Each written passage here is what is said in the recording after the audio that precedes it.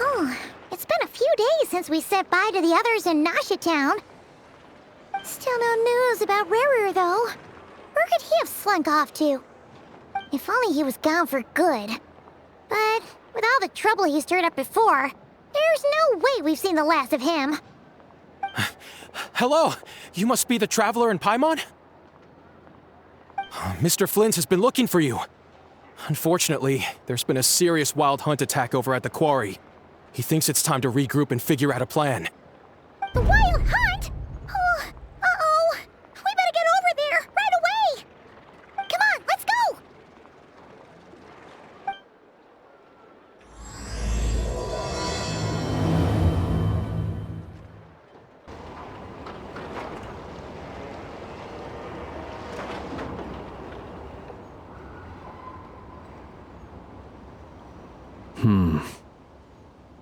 I can barely sense any Kuvaki at all. This whole area feels like a soulless husk. Looks like his appetite truly is insatiable. As if the power of that energy cannon wasn't enough. He's not seriously still getting stronger? What's his endgame here? Ah, everyone's here already. Hey, we made it. So, what's going on? We've all been on high alert since we split up a few days back, expecting Rarir to strike again. But it's like he just vanished into thin air.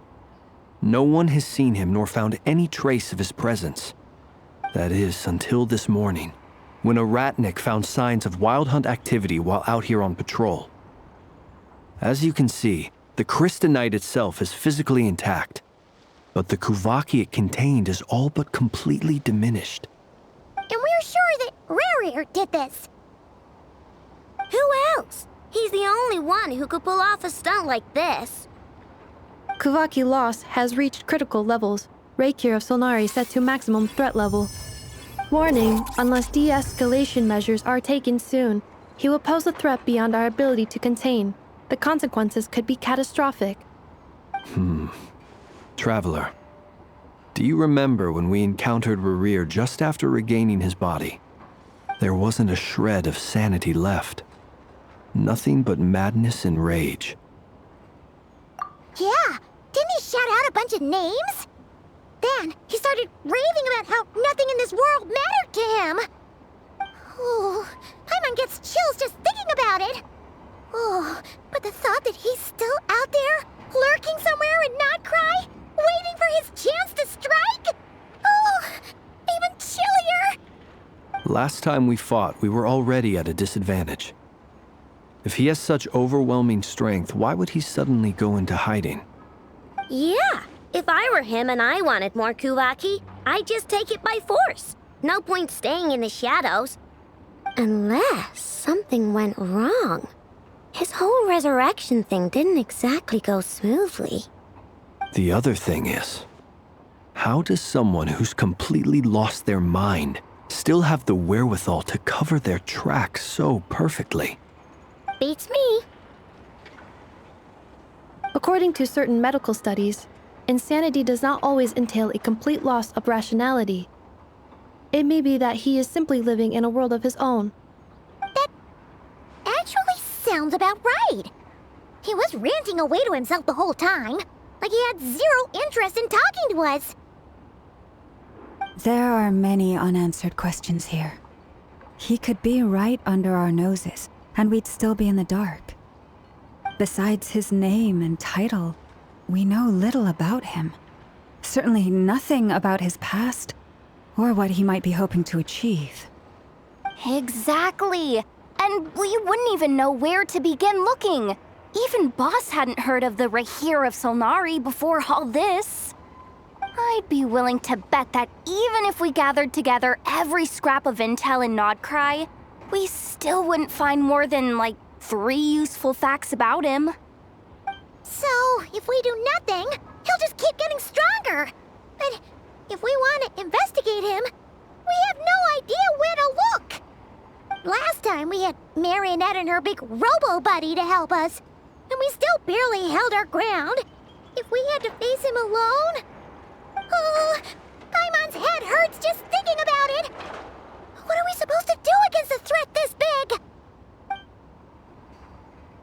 Well, I do have a little hunch about his next move.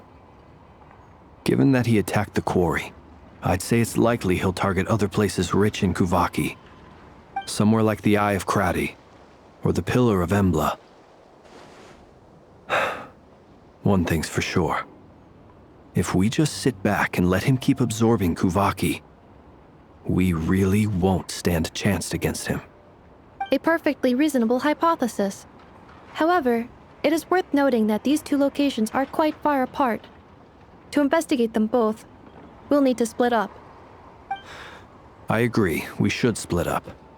Right now, Rarir's goal seems to be gathering Kuvaki, not fighting us directly. Once we're done, let's regroup on Hisi Island. Wait, why Hisi Island? If I recall correctly, your largest goddess statue was carved from Kuvaki-rich ore, was it not? That's right. Yes, it could well be a potential target of his. I should head back and start evacuating the pilgrims.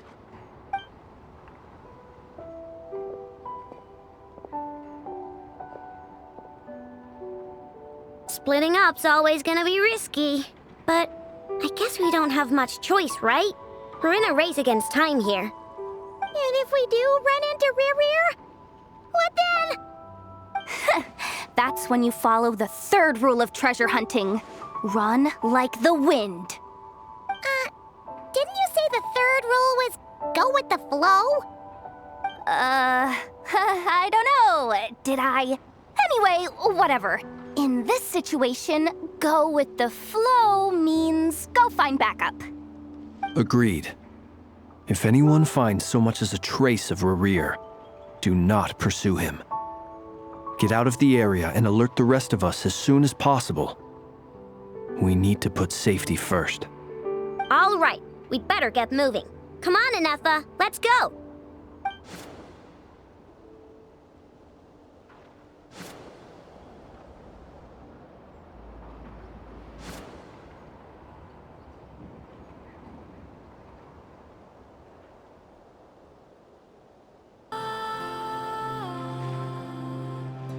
Any leads? Nope. Diddly squat. No clues to where he might be hiding. It's like he's a ghost. It feels like we're sitting on a powder keg that could go off at any second. Ugh, I hate this feeling. I'd rather face him head on than be left hanging like this. So, you guys didn't find anything either? Not loving the word either. How about you, Flintz? I questioned a few Ratniki and eventually narrowed my investigation down to one suspicious individual. But by the time I got to his place, he was already gone. Almost as if he knew someone was on to him. Either that or he's just extremely cautious and doesn't stay in one place for long. He's been biding his time for a while now. The question is, where or what is his next target? No idea. Since regaining his body, he seems to have lost all interest in the fragment in my possession. If he did still want it, he's had plenty of chances to take it. All we can do now is hope that Aino and Anefa turn up some leads. Darn it, Rarir! If you've got the guts, come face me one-on-one! Wait, he's actually here? I didn't mean it! I swear! No, it's coming from Silver Moon Hall. The Lady Kutar might be in danger. Let's get over there, quick!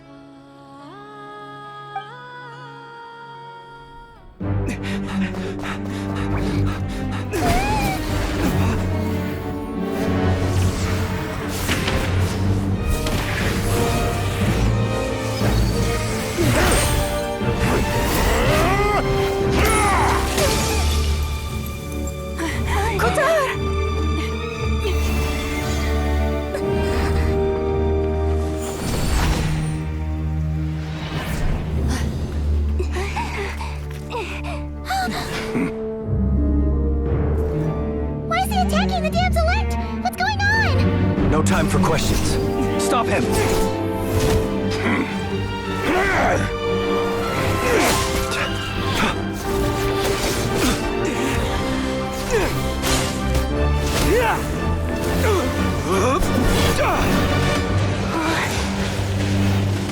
It's insane.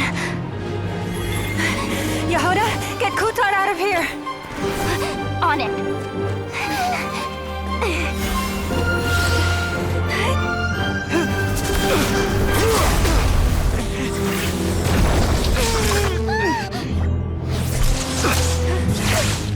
Look where your feeble light has gotten you. Now you shall plunge into darkness. Thalindus, soon I will find a way. Watch out!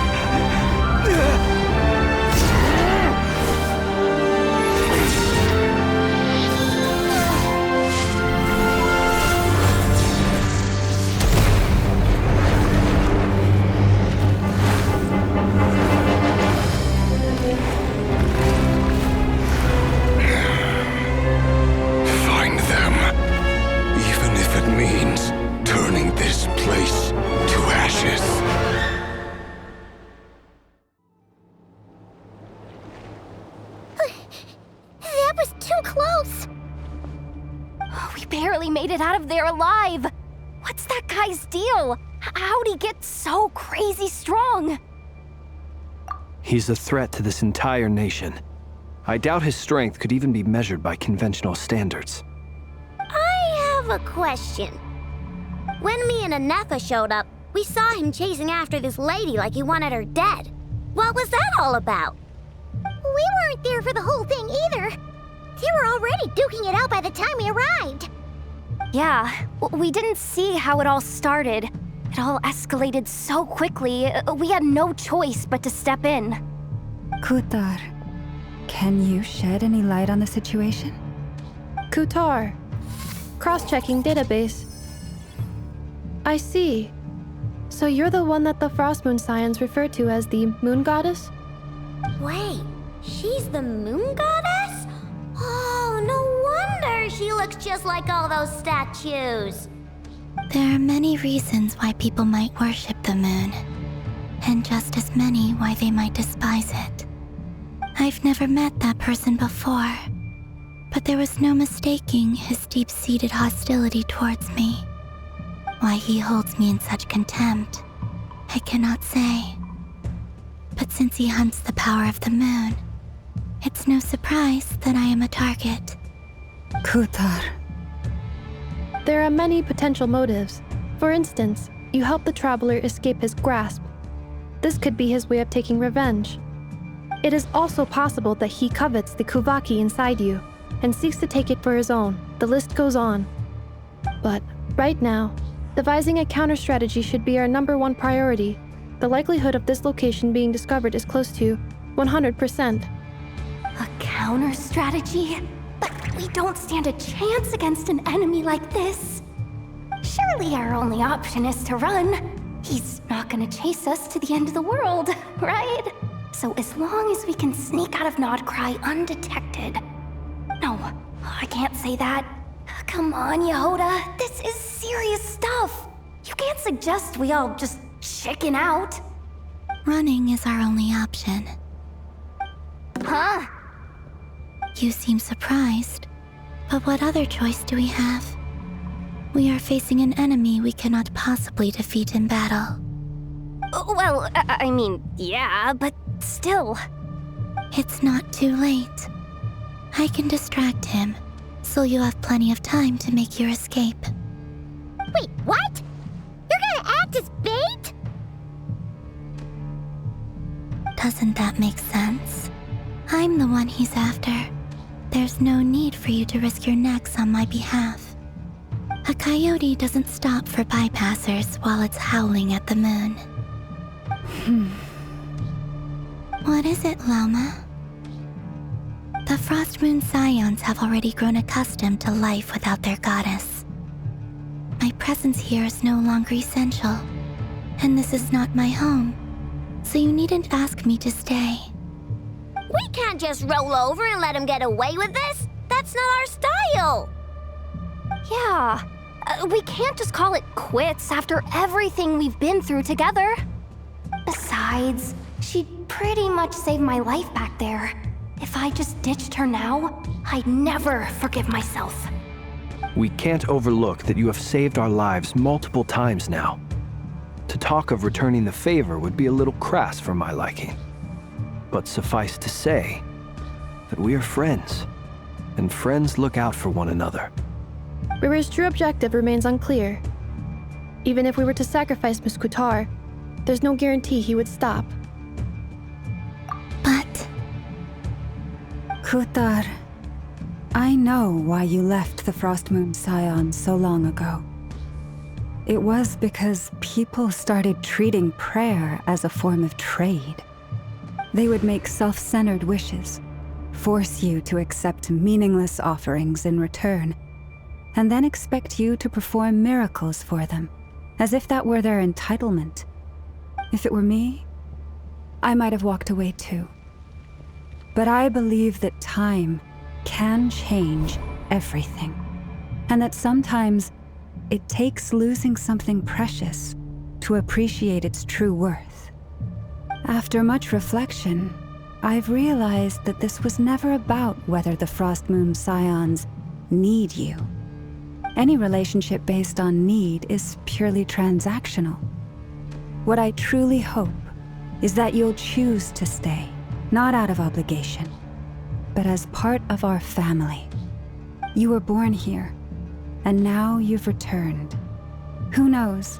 Perhaps it was the moonlight that guided you home.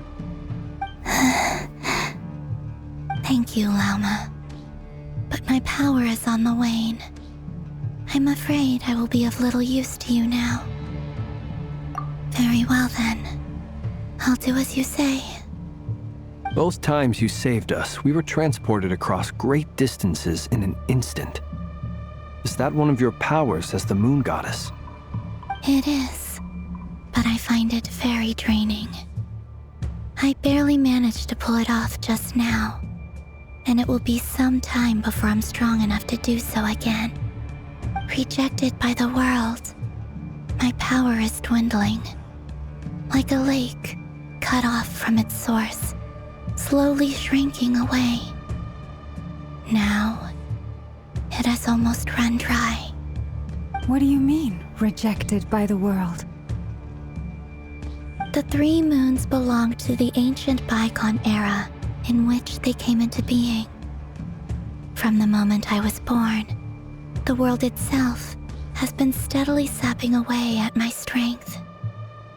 The 3 moons are not one and the same. As the goddess of the Frost Moon, I cannot wield the powers of the other 2. Yet moonlight has a way of blending together. Each can reflect the other's glow. So when our fingers touched, I was able to restore my strength by drawing Kuvaki from the eternal moon's marrow. But this method of recovery is painfully slow. If only we could find the... It's the Wild Hunt! Even faster than we expected. We'll have to finish this conversation later. See how those Wild Hunt creatures are running away from us. They're likely just a scouting party, which means Rerir won't be far behind. Then what are we waiting for? Let's get the heck out of here!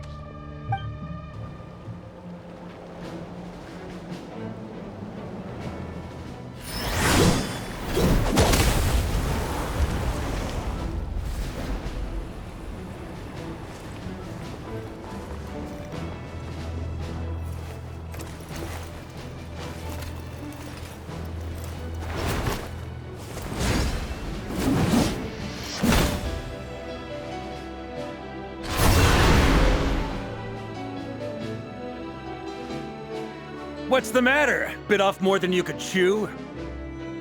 Who are you?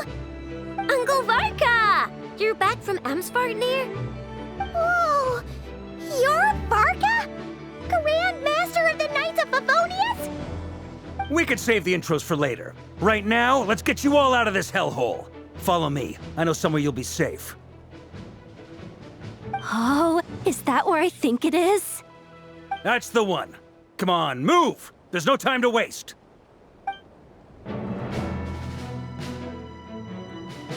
Wow! Where are we? This is so well hidden. Well, that goes without saying. This is the Knights of Favonius' meeting place in Nodcry, and a contact hub for the Northern Intelligence Network.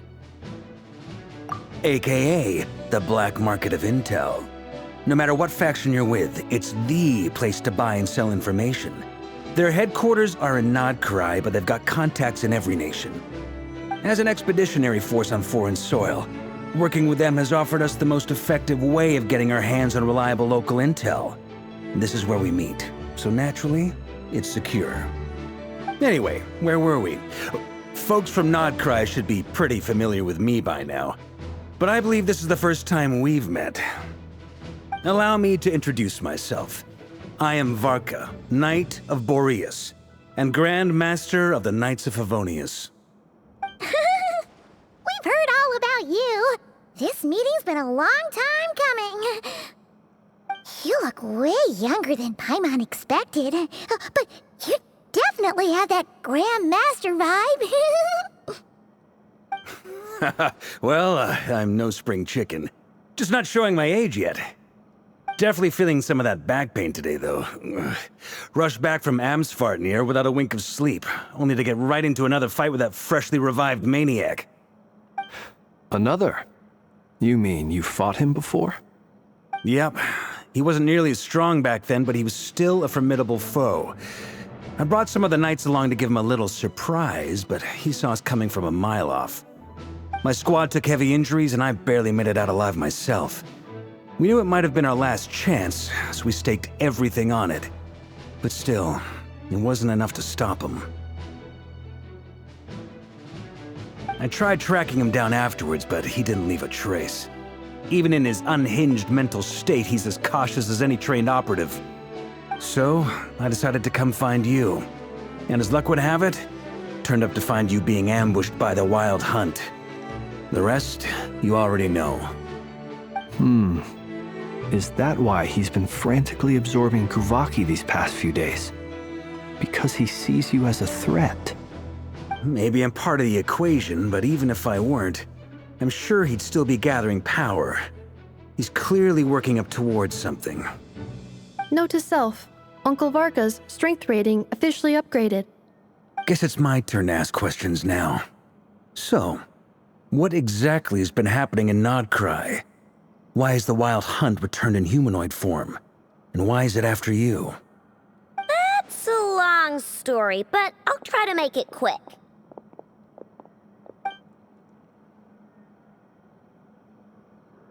Wow, I had no idea so much had happened.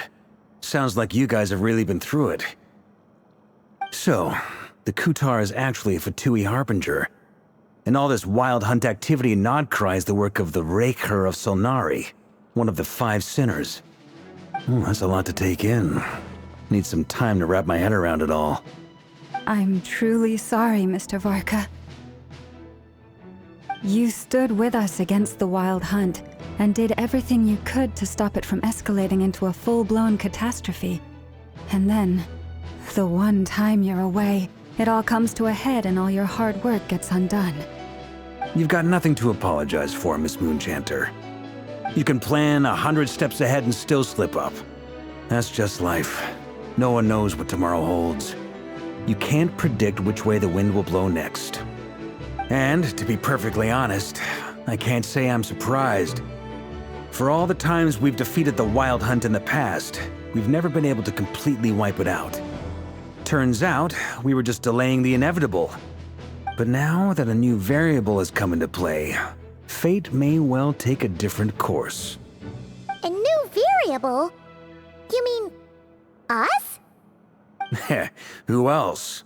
And in a strange way, I think his resurgence might not be an entirely bad thing.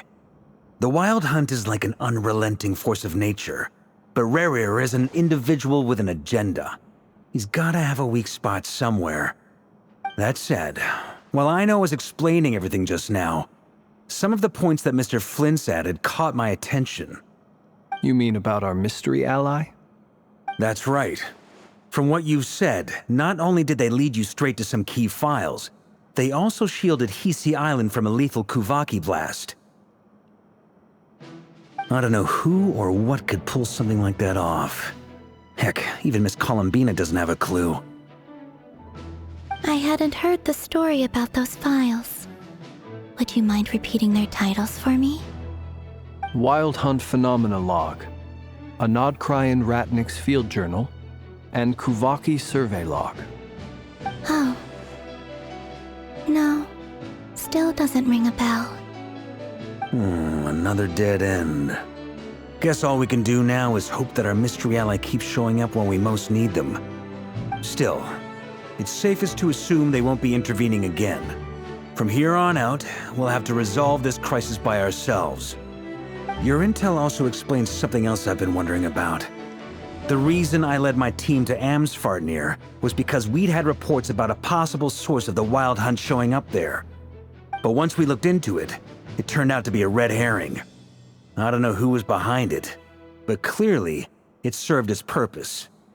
I doubt it's by chance that he happened to make his comeback while my attention was diverted. And from everything you told me, it sounds like his scheming began well before his return. So maybe luring me away was all a part of his plan.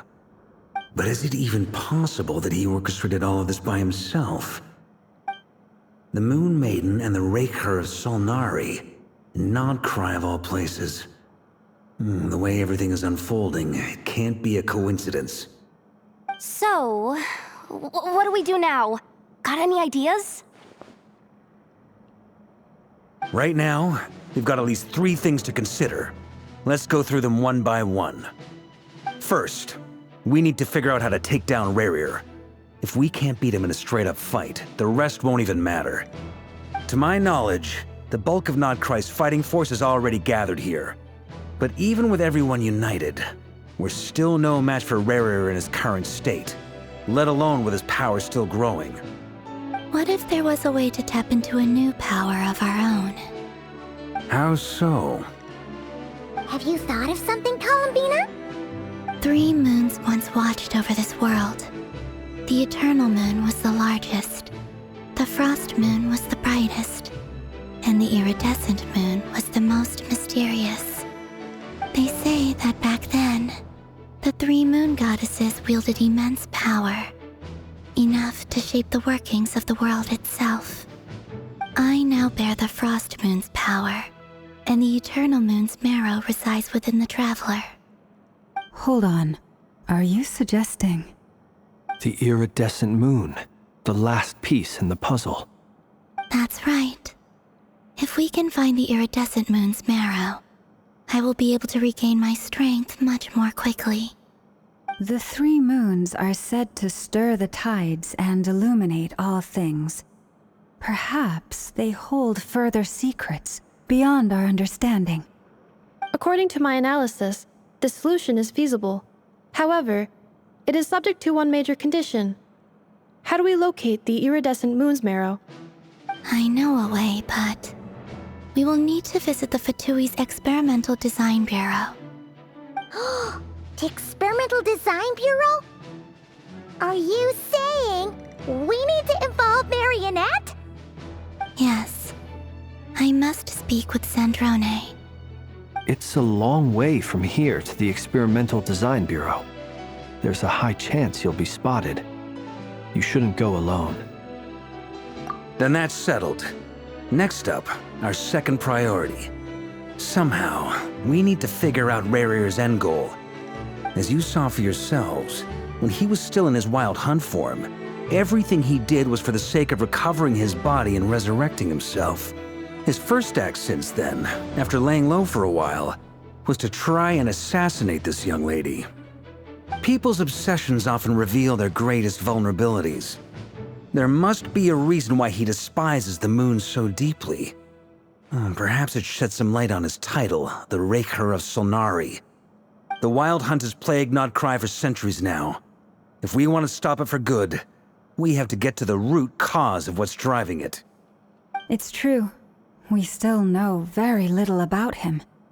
If Kuthar hadn't given us that lead, we wouldn't even know his name. But where would we even start? I doubt even the Intel Queen of Notcry has a clue, and she has info coming out of her ears. Oh? That's a rather hasty conclusion for someone who's so painstakingly meticulous when it comes to dealing with machines. Ah, she heard me.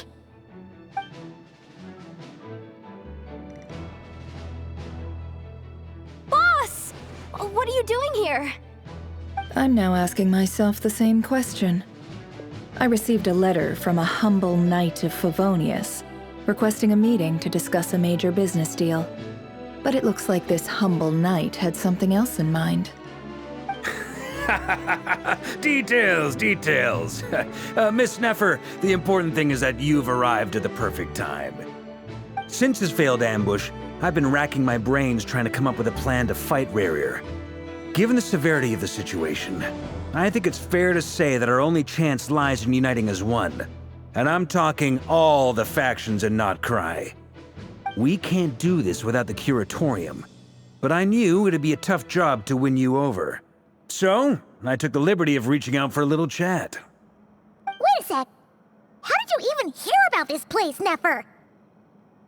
Didn't you say this is meant to be the Knights of Favonius' meeting spot? And a contact hub for the Northern Intelligence Network? And isn't it supposed to be super hidden? You really think he could have gotten settled in Notcry without my help? Besides, I'm the one running this gig. Of course I know where the meeting place is. Allow me to introduce the current head of the Northern Intelligence Network. If it's intel you're after, she's your woman. Pretty much seen and heard it all. Please spare me the flattery. Let's cut to the chase. Seems like you've run into some trouble, huh?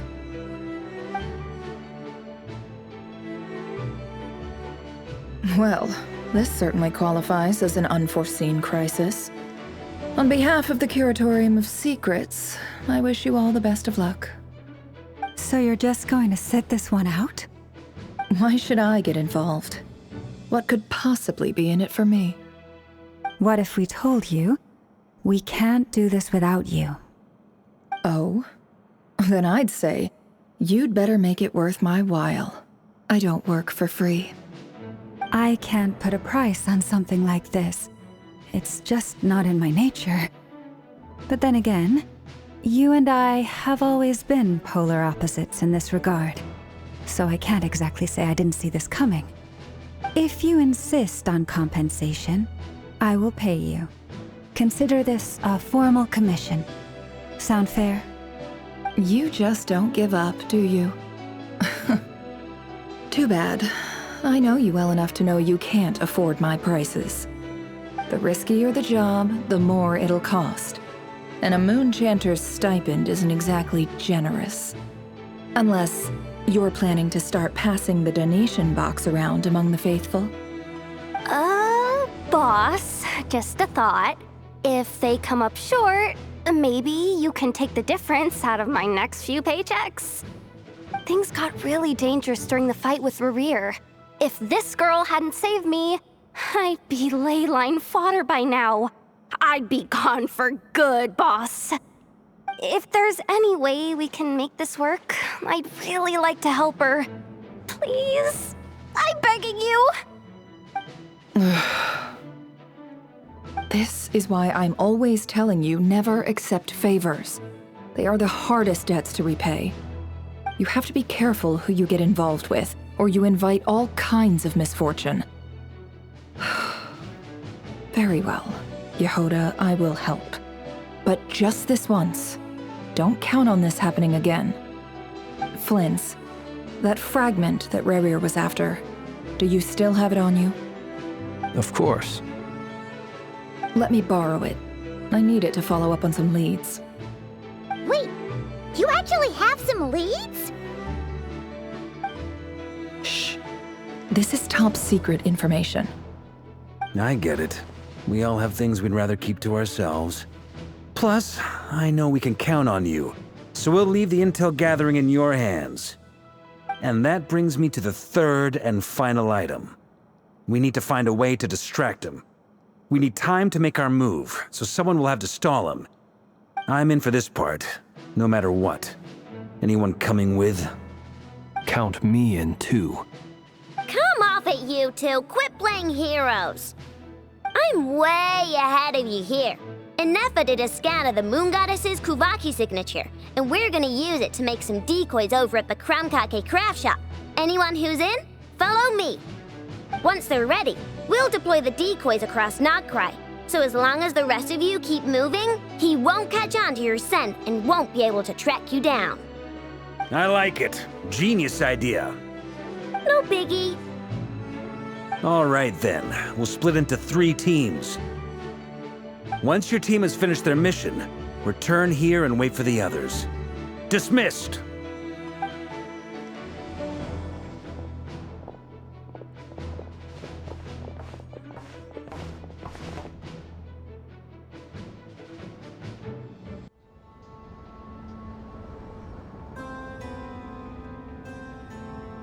Lady Damselette. Wait, and you two? What are you doing at the Kuvaki Experimental Design Bureau? We've been doing our best to mind our own business lately. But if you're just gonna waltz up here like this, you're seriously pressing your luck. Don't blame us for doing what we have to. Huh. You really think that's gonna scare us off? We're not looking for any trouble. I just want to see Zandrone. Do I need to remind you that you're still a wanted fugitive for deserting us? Out of consideration for our former ties and the crisis we're all up against, we'll let you leave in one piece. But don't even think about trying to get inside. Let them in. But... Are you going to make me repeat that? No, my lady. Zandrone seems to be in a good mood. Must be maintenance day.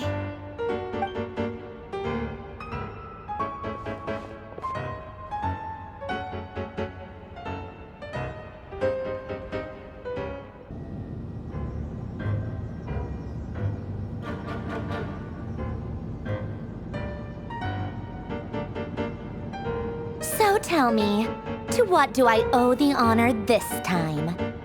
Actually, before you answer that, just so we're clear, we're not colleagues anymore, Columbina. I don't owe you anything. I promise it's nothing big. It seems like you've gotten the wrong idea here. The only reason I let you in was because I was bored. It seemed like a way to kill some time and satisfy my own curiosity. Whatever miscalculations I may or may not have made in the past, I haven't lost the plot enough to even consider sticking my neck out for your sakes. I'd like to speak with Arlecchino. What? Huh? You mean the knave? I'd like to speak with Arlecchino. Is she in Nogcry? No, she's not. Once the work on this facility was completed, she went back with the Rooster and Regrator. The only ones in Nogcry are me and... What is it you need to speak to her about anyway? Rerir is hunting me. If I'm going to face him, I must first retrieve the lost moon.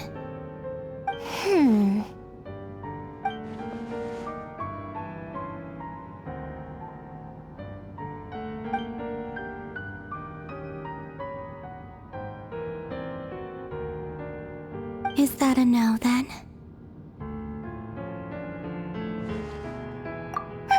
As if I need reminding.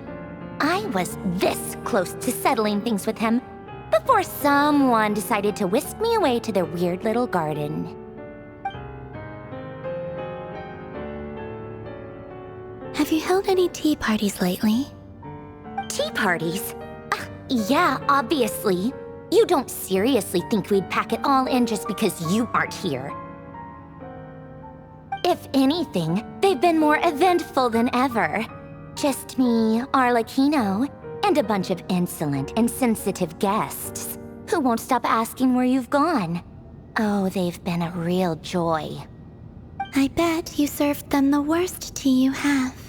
Just like you used to do to me when I upset you. Who cares about how good the tea is when there's no one around to drink it? I keep losing people. First Rosaline, now you. I'm running out of people who can make me laugh.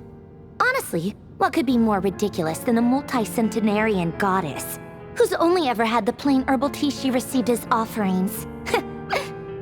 You'd always brew a different type of tea for me each time.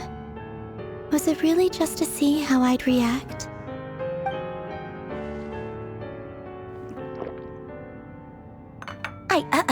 Well, duh.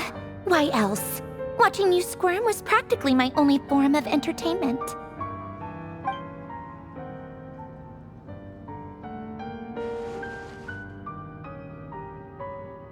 Oh, yeah.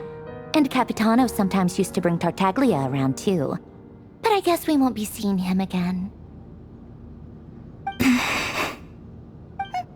Well, I guess we are overdue for a get-together. Polonia! Have Febronia pass a message to Arlecchino for me. It's time for tea. Will suffice. Pass along a message for me, too, if you would. My body cannot contain the marrow of 2 moons, so I'll be leaving one of them in her care. Excuse me? Who said you were on the guest list? If my tea meant that much to you, maybe quitting the Fatui wasn't your brightest move.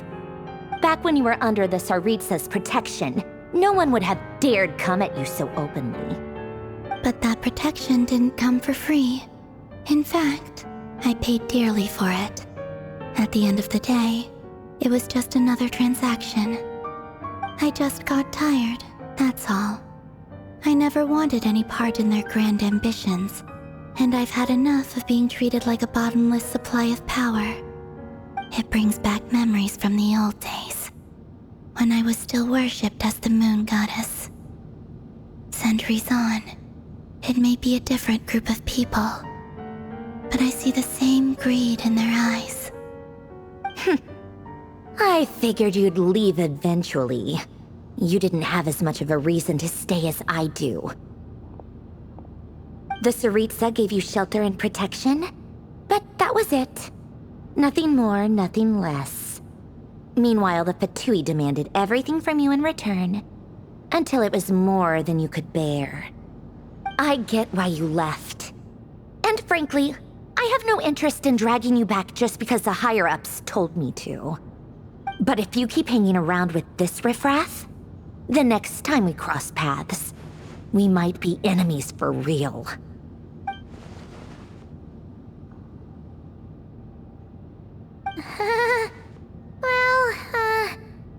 Guess that's our cue to leave.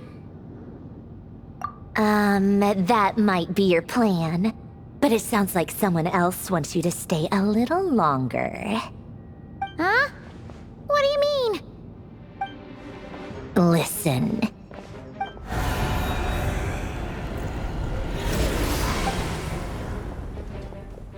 My lady, it's the Wild Hunt. A horde of monsters is headed straight for the facility. Another uninvited guest trying to crash my tea party. Clear the area! I'll handle this. Wait, what? You want us to leave you here by yourself? Huh, you'll be lucky to make it out of this alive. You really think you can afford to worry about me? Go on, get out of here. You may have stopped Polonia from crushing him last time, but I've made sure that won't happen again. The entire Experimental Design Bureau is rigged for war. Stay and watch if you want, but it'll be at your own risk. You're not flagged as friendlies in a weapons system. Don't tell me what to do! Look, if you're leaving, make it quick. Or you'll just get in my way. There's a secret passage on the second floor. It'll take you right to the plains out back. Stare all you want, Columbina. You're not getting another invitation to my tea party. I know. But thank you anyway, Sandrone. This is exactly why you shouldn't hang around with those people. All their melodrama and sentimental nonsense is rubbing off on you.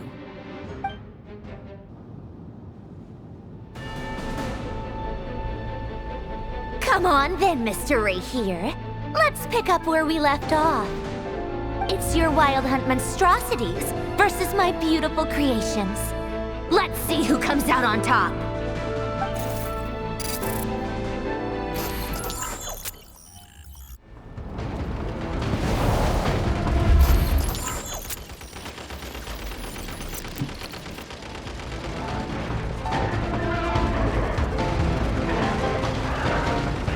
Bosco 1, lock onto target.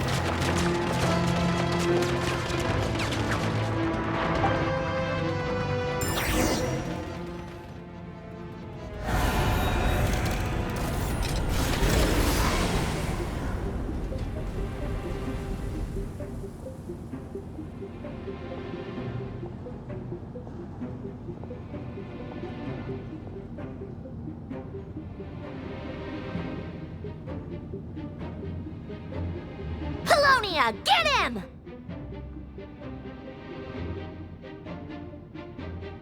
I've upgraded Livonia again since our last encounter, and uploaded every last scrap of your data. So let's finish this, once and for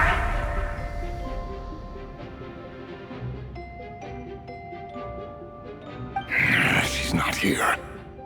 Where did she go? Hey! Over here, you big... Cursed moon. Go. Keep searching. She cannot have gotten far.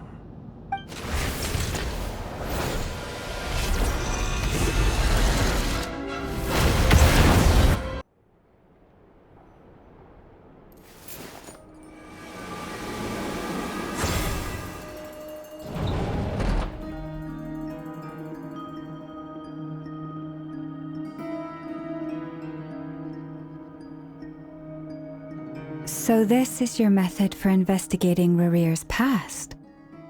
It almost looks like some kind of ceremony. Good deduction. But it's quite a different affair from what you're used to with the Frostmoon Scions. Whoa! First time I've ever been in here. Boss always said it was off limits, so I pictured some kind of creepy dungeon. But it's actually kinda nice. Oh, I guess this must be Sumero decor? That's where Boss is from. And that nice shopkeeper who sold me my treasure compass. I'm not sure exactly what you've got planned, but it looks like you're all set. When do we begin? Whenever we wish. But for some reason, I've got a feeling this isn't going to end well. I've never faced Rarir myself, but from what you've told me, his power is beyond anything I could imagine. I, on the other hand, am just an ordinary businesswoman. Our paths should never have crossed, yet here I am, forced to make an enemy of him. If you ask me, you're about as far from ordinary as it gets. So what are you saying? You're getting cold feet? Once I take a job, there's no backing out. Still, I have to ask myself if the power I'm relying on will even work on an opponent of this caliber. And also how to make sure I come out of this alive if things spiral out of control. Death is the one thing we can take for granted. It is the great equalizer, however fortunate or unfortunate we may otherwise be. So it's important to consider how to spend what lifespan we have left. Come on, boss. Lighten up. Quit talking about death. It's bad luck. For once, I agree with you. When you're up against a foe like Rarir, there's no such thing as being too prepared. Is there anything I can do to help? That won't be necessary. I've already made up my mind. Time to cash in a precious favor I've been saving for a rainy day. Yehoda, I need you to find someone for me. The sooner the better. Find who? That shady merchant who sold you an overpriced treasure compass the other day. Come on, boss. You're pulling my leg again. In what way is she shady? She showed up when I was completely lost and sold me a neat little gadget that was exactly what I needed. Trust me, she's a good person. Anyway, I know who you're talking about. Don't go anywhere. I'll be right back.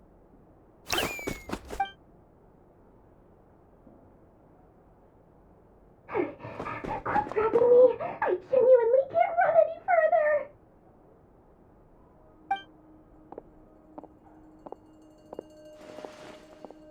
Hey, aren't you?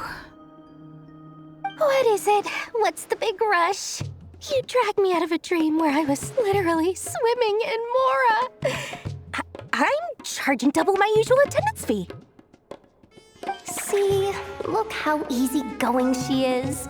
After that rude awakening, she could have completely snapped at us. But instead, she kept it together and just asked for an extra fee. Dori Sangama Bay? I never would have pictured you two doing business together. If you want to make it big in Nodcry, it's all about connections. Lady Nefer just so happens to have a lot of intel that interests me. And she also did me a big favor in the past. It was back when I first arrived in Nodcry. My trusty assistant, the genie in my lamp, had an adverse reaction to the Kuvaki and fainted. And wouldn't you know it, that's when I suddenly find myself in a life-or-death situation. Good thing my compatriot was there to swoop in and save the day. I've been giving her a 30% discount off all of my goods ever since. Now, so that no one here feels left out, I'm willing to extend a 20% discount to fellow friends of Boss Nefer. Plus, any other friends you send my way will enjoy 10% off. What can I say? The great Lord Sangama Bay is nothing if not generous. So, let me guess. You've run into some trouble? I've got everything you could possibly need, and the more you buy, the more you'll save. You guessed correctly. What have you got in the way of survival gear? The one type of gear I've never been short on. What are you looking for? A jetpack fresh from the Academia's labs? An ancient suit of armor dredged up from the bottom of the sea? At the very least, I need to know what kind of opponent you're dealing with here. If even you're worried about staying alive, it must be pretty serious. What if I told you it's someone with the power to bring a nation to its knees? Is that so? Then we really are talking top-shelf treasures. I don't have anything like that in stock right now. I'll have to ask my supplier. Your supplier? A powerful woman, make no mistake.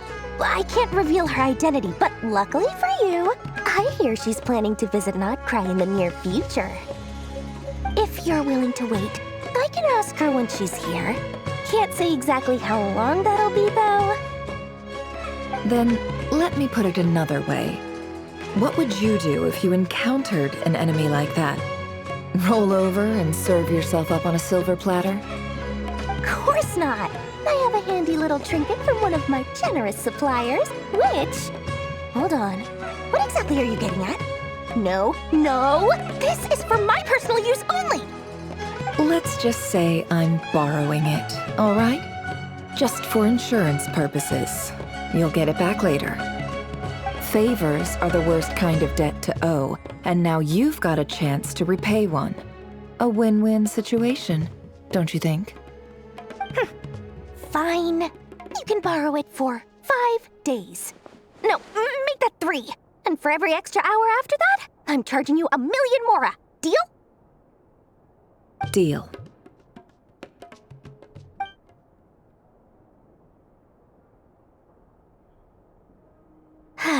What a way to start the day. Now, was there anything else you wanted? Or can I go back to bed now?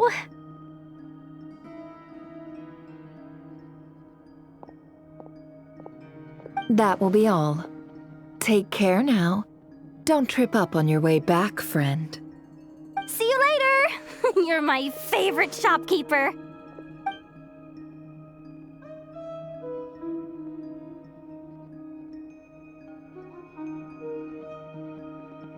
Excellent. Everything is well and truly ready. The ceremony can now begin.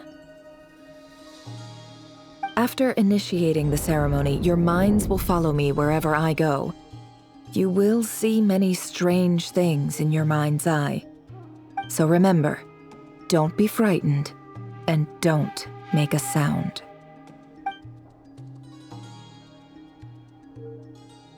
Now then, let us peer into the Raker of Solnari's past.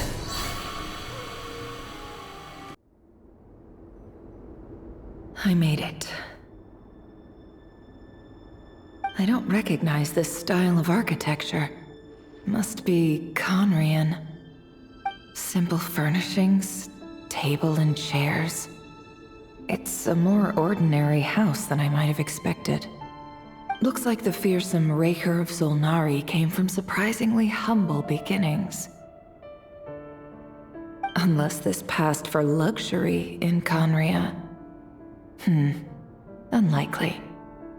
It was said to be a very prosperous nation in its heyday. Anyway, I'll keep exploring. Hi, Revere. Since you're working extra hours tonight, I thought I'd keep myself busy by checking out that new kebab shop. I've heard good things about their menu. I'll test it out, and if it's as good as everyone's saying, let's go back together sometime. P.S. New stash from the Universitas Magistrorum. I brought some goodies home. A few teacups and a pin rack. Hope you like them. They didn't sign their name, but they must have been close. Sounds like they were living together. I went over to Joseph's for drinks today. They have a fine collection, but I went alone. Felindis was tied up with something and couldn't make it. Joseph asked why I came alone, but I didn't really have an answer. He then went on to ask about other things. If you ask me, someone who asks that many personal questions is too nosy for their own good. But if he invites me again, chances are I'd still go. Felindis. That's the same name Rerir mentioned. Grain imports keep falling. If things don't pick up, we'll soon be back to meat and mushrooms only. Honestly, I'm not a huge fan of that new type of mushroom everyone's been into lately. Didn't it start out as a lab-grown variety? I heard it's even mildly corrosive. Seriously, why would you even eat something like that? I don't care if it's an impressive feat of alchemy. That just isn't the kind of thing I like to eat. Grain has to be imported, and they're eating a diet of mostly meat and mushrooms. Could it be because Conria is underground, so it doesn't get much sunlight? That would explain why they use so much stone in their buildings. They even use alchemically modified strains for food. Seems like the people of Conria don't have many options when it comes to dining. I've just about saved up enough now. Time to buy it and keep it somewhere safe. Making a big purchase. I wonder what it is.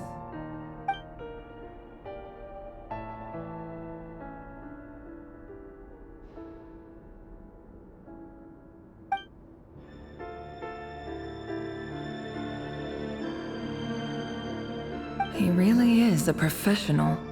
No wonder he's so good at covering his tracks. Despite what he's become, it seems like he's retained certain habits, at least in this regard.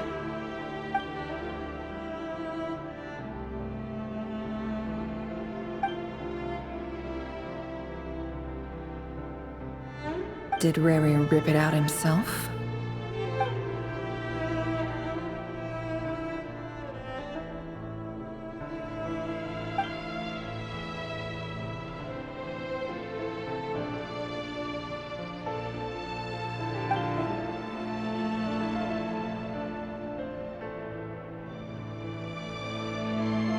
Before I met you, I was convinced that my heart was nothing more than a stagnant pool. The burial place of a fallen moon. A withered, windless grove where the waters rested forever unrippled. It was you who helped me see that my heart hadn't entirely withered away. That it could still beat to the rhythm of love. This is just trivial sentimentality from the looks of it. Why would he go to the trouble of hiding that? The burial place of a fallen moon. Rerir, over here. Dane! Oh, and, Vedelfin here? What a surprise to see you here, sir. Hello there, Rerir. You need not address me so formally outside of court. He doesn't get that much free time, so I invited him over for a drink. Even the court prophet deserves a break every now and then, right? Well, I'm flattered. So, what are we discussing today? Hey, don't look at me. As far as I see it, we don't need an excuse to have a few drinks. Come on, don't give us that. Didn't you say you were about to pop the big question? How's that coming along? Who'd have thought the Great Twilight Sword was an even greater gossip? I just didn't expect you to be the first one to settle down and get married, that's all. Yeah. If you told me that a few years ago, I wouldn't have believed you either. So, are you planning to come clean about your job then? I'm guessing you still haven't told her. Sure, I'll have to tell her at some point. But I'll need to pick the right time and place. To be honest, I have no idea how she'll take it. Come on, stop being such a pessimist. For all you know, she could be thrilled. I bet she'll be much more impressed by your actual job than the one she thinks you're doing now. A member of the King's Guard. Quite the cover story. Does the king himself even know? Of course he does. Anyway, enough about me. How have you been? Me? Same old, same old. Nothing much to... Huh? What's up, Ved? It's nothing. Vedifulnir, Daneslif's elder brother. Renowned throughout the court of Conria as the Visionary, and said to possess a wisdom far beyond the reach of any ordinary man. And yet, despite the gulf between us, he seems to have something to say about me. Does he even know me? Does he see me as a friend of his brother, or just another of the Vinster King's blades? Why did he react so strongly? Was it really to do with what we were talking about? Brown, curly hair and brooding blue eyes. So this is what Rerir looked like back in the day. Perfectly normal. No different from anyone else. As frightening as this monster is in the present, there's something even more unsettling about seeing the human he used to be.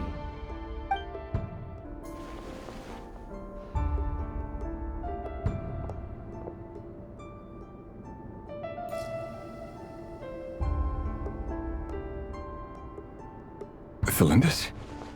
You're back early? Our equipment's being serviced today, so I got off earlier than usual. How's your day been? Aw, why the long face? Is something the matter? Has your boss been giving you a hard time again? Went for a drink with Dane and the others after work. Isn't that a good thing?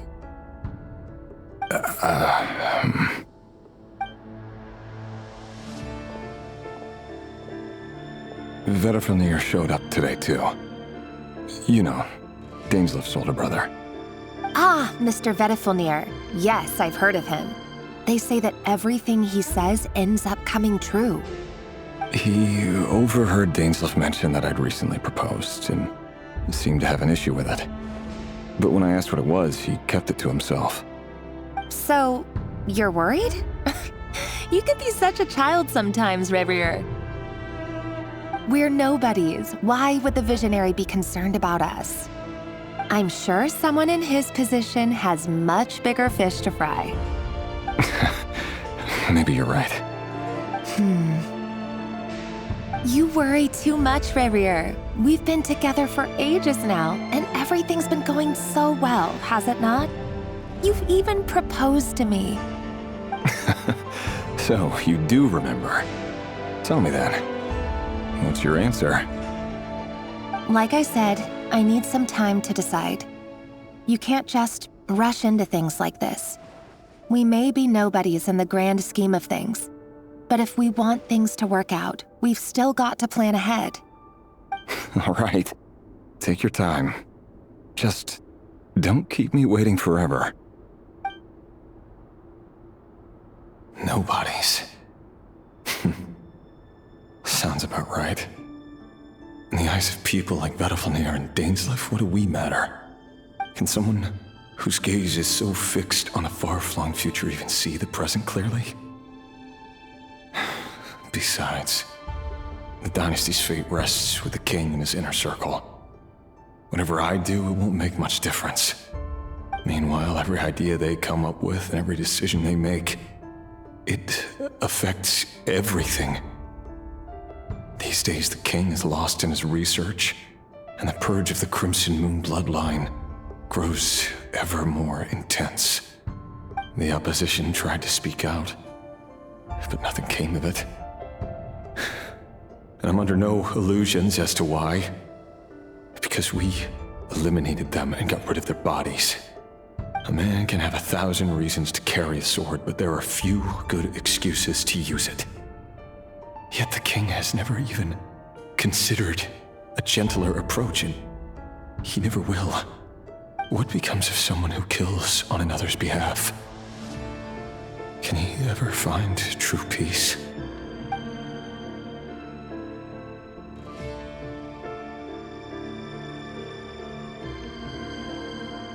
Thelindis?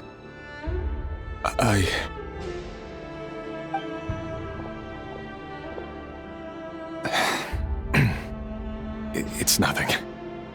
You were right. Fate has never smiled upon nobodies like us. But by the same token, it's unlikely to bear a grudge against us either. There's no reason we can't keep living happily together, cherishing the simple joys of each day as they come. See? You just need to stay positive, Revere. I can feel your warmth, your breath. You're right there, right by my side. Just seeing you makes me happy in a way I can't explain, and that's something that no one could ever take away from me. So smile, my love. Let go of that frown. You're right, Thelindis. I've just been overthinking things. That's better. Getting caught up about things like this will only ruin our evening. Speaking of which, all set for the ball tonight? I need to go get ready. You go ahead. I just have a few things to take care of, then I'll come join you. Even busier than the big shots, huh? Fine, I'll go get started. But don't be late. If you keep me waiting too long, I won't be a happy bunny. Relax. I'll be there. Seriously, though, you drive a hard bargain. You're really gonna leave my proposal hanging and still expect me to take you to the ball? Well, that goes without saying. I already told everyone I'd be coming with a dance partner. Besides, they're two completely different things. Let's take it one thing at a time, all right? All right. White outfit it is. It seems like Rerir was deliberately hiding his ties to the intelligence services by giving the impression that he was just an ordinary member of the Finster King's Guard. He clearly doesn't want his would-be fiancée to know about his other life. Then again, that's hardly surprising. People in the intelligence trade rarely do. Who'd have thought we were in the same line of work? Let's dig a little deeper. Our last operation was a resounding success, and all thanks to you, Rehir of Solnari. In total, we apprehended 32 dregs of the Crimson Moon, and 67 accomplices. After all these years since the dynasty's fall, so many of them still linger on. Indeed, it cannot be denied. Yet it was destiny that the Crimson Moon should be overcome by the eclipse, and that His Majesty, the all-seeing Finster King, now guides our nation on the path to prosperity. Khaenri'ah has no further need for a dead moon. But alas, there will always be those who refuse to see the truth, choosing instead to romanticize the past. That's not entirely true. Much about the Crimson Moon era was worthy of remembrance, and that's exactly why they keep trying to see it restored. Many of its secrets remain unsolved to this day. As it happens, that's precisely the field of study my partner is devoted to. You still haven't told her what you really do for a living. Where would I even start? How do you tell someone that you're one of the king's hand-picked executioners? That your hands are steeped in blood? You didn't choose this life, any more than I did. Orphans like us don't get a say. But I'll sure as heck be the one to pay for it. Speaking of which, We need to be more rigorous in the way we identify direct descendants of the Crimson Moon. Someone, it seems, has strong opinions about my future plans. Most likely my marriage in particular. I have a feeling that we may soon become targets of the Crimson Moon's retribution. Your concerns are not unfounded. They've taken out many of our colleagues these past few years, and for that very reason. These are no helpless lambs we're leading to the slaughter. They're wolves in sheep's clothing. Take care, Rehir of Solnari. I look forward to toasting you at your wedding. Thanks, Thorkel. You look after yourself, too.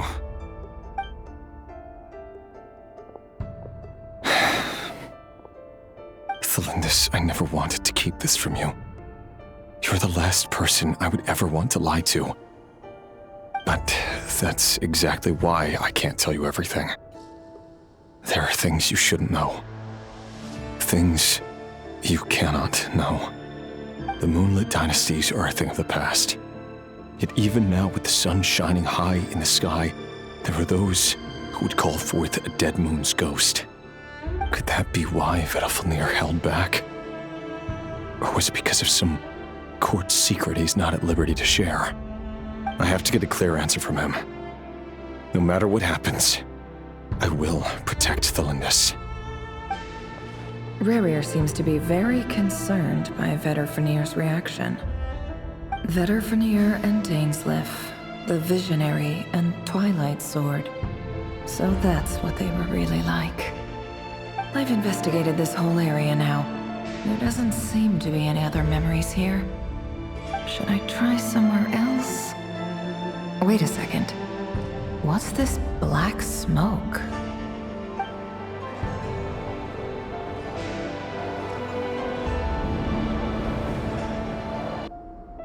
So, he's late after all. Just you wait, Rehir. You're in for it. Big time. Are you waiting for someone, ma'am? Could I tempt you into buying some flowers? Oh, sure. Pick me out a pretty bunch if you would. Thank you. But I'm afraid none of them are as pretty as you. For someone so young, you sure have a way with words, don't you? I'm only telling the truth. Look me in the eyes. You'll see I'm not lying. You're... May we have a word in private? Who are you? And what do you want? It doesn't matter who I am.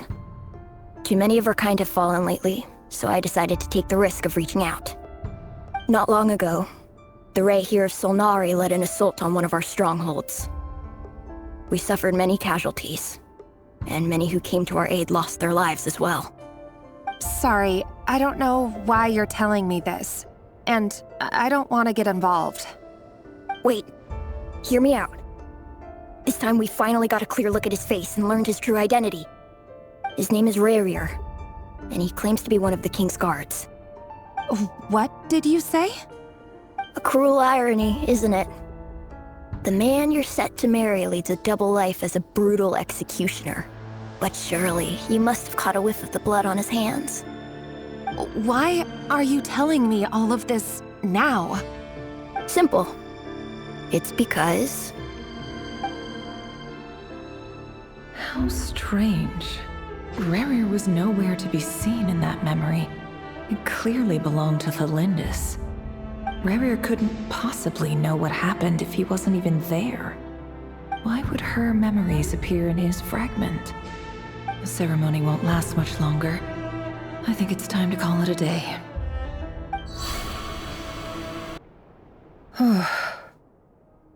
So that was your doing? Did you just pull us inside Rehir's fragment to spy directly on his memories? Any more questions, and I'll have to start charging. I had no idea you could do that, boss! Seriously, that was amazing! We're not worthy. We're not worthy! I gotta admit, though, I'm itching to see what happens next. Feels like we barely scratched the surface. I'm just as curious as you are, but the ceremony only allows for limited time inside. That's all we can see for now. Luckily, we managed to learn quite a lot. So far, so good. I just hope the others are doing okay too. Especially the group with the Traveler. Their mission is a risky one. Let's hope it's all going smoothly. If you're worried about them, go see how they're doing. If I know Boss, she's gonna need some time to write up all the details and make sure it's all coherent. I'll stay behind to lend a hand, but feel free to head back and meet up with the others. Oh, they've been prowling around for nearly 2 days now. These things just won't quit. Oh, they might not have seen us yet, but with them constantly sweeping the area, our way out is completely blocked. Oh, that's never gonna work. One little slip up and it's game over. If they spot us, they'll run straight back to Rare. And once he knows we're here, it won't be long before he's breathing down our necks again. Oh, guess you're right. All right, time to zip it.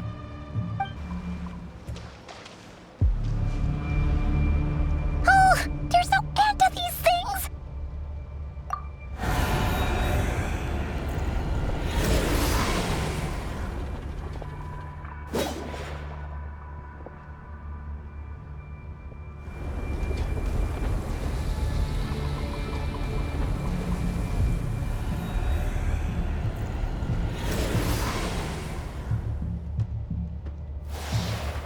Fire. Fire? Wait, what's that smell? Oh no, there's a fire!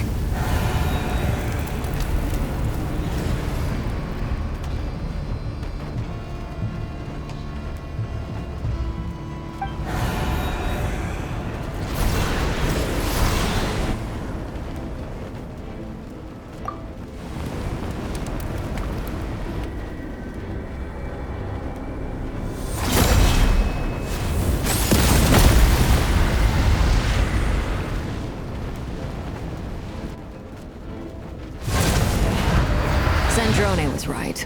You look weak, Columbina. The old you would never have let such lowly creatures bar your way. Word has it that you did something for the Tsaritsa, and that's why you've lost most of your power.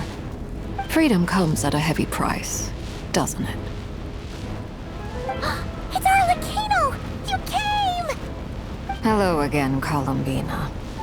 And greetings, guests of the House of the Hearth. It's been a while, Arlecchino.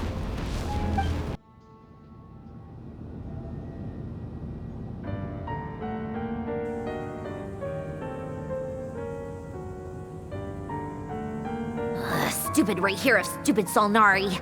Ugh, whatever. I've got all the data I need. Next time we meet, you're finished.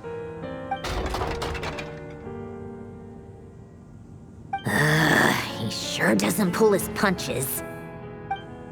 Excuse me, do you need a hand? You can do me a favor by staying out of my way. Can't you see I'm busy? Wait a minute. I recognize that voice. Hello, Miss Sandrone. Father sent us over to help. How considerate of her. Hey, Fremine, get over here and help me fix this. Lenny, you do your thing. Just keep your sister away from my machines. Nearly every machine that cat girl touches ends up going haywire. Go put her on cleaning duty or something.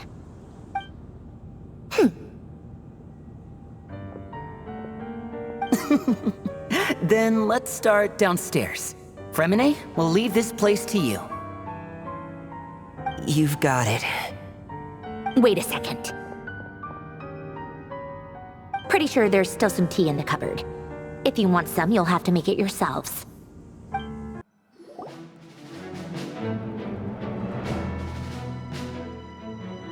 It's a relief to see you all made it back in one piece. Huh? Feels like there's quite a few people missing. Where's Flint's and the others? And what about Nefer? I returned ahead of them. Flint is helping Ino and Anefa to set up the decoys and buy us some time. As for Miss Nefer, Boss is still wrapping things up on her end. She sent us back to fill you all in on the top secret intel we've been gathering. I see. Then let's get right into it. But first, who do we have here? You brought someone else in to help? Greetings. I was invited here to help as a longtime Tea Party companion of Columbina's. You may call me Arlecchino.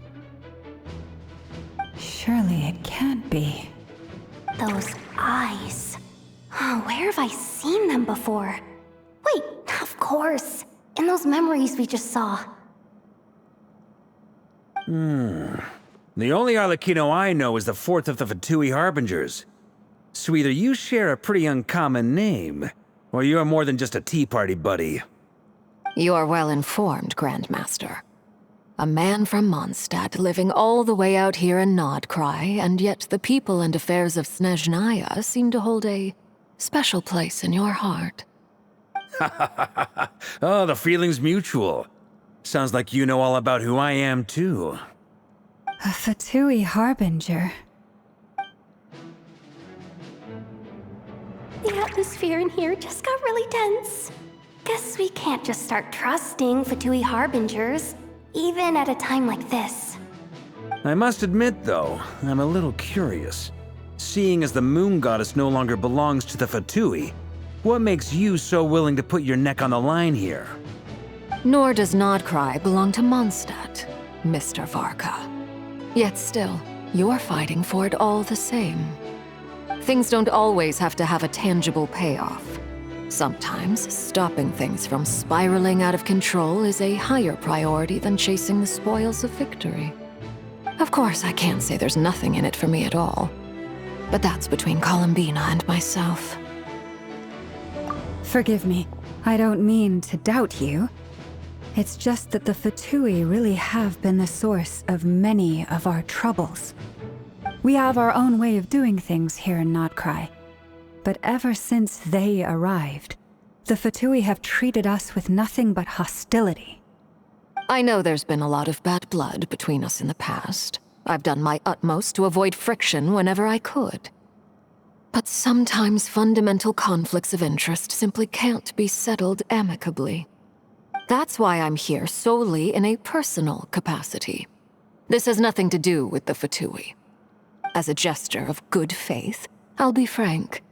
I can help Columbina track down the iridescent moon's marrow, which will help her restore more of her power. Anyway, what else is on the agenda? Let's begin. She says she'll be frank, then completely skips over the details. Looks like she doesn't want to give away too many secrets after all. But she clearly wants to change the subject. It'd be awkward if I tried to bring it up again now. I guess we'll just have to go along with it. She's the fourth of the Fatui Harbingers after all. One look and you can tell she's not someone you'd want to mess with.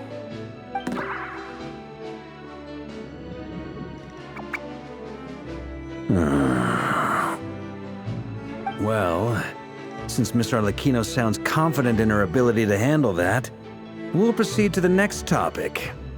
Yehoda, time to share that top-secret intel.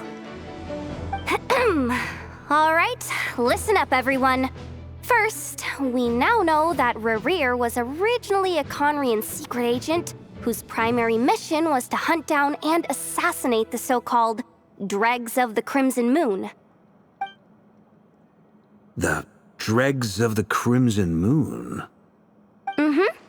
In the memories, there was a lot of talk about the Crimson Moon and Eclipse, and a whole bunch of other stuff from the time of Conria.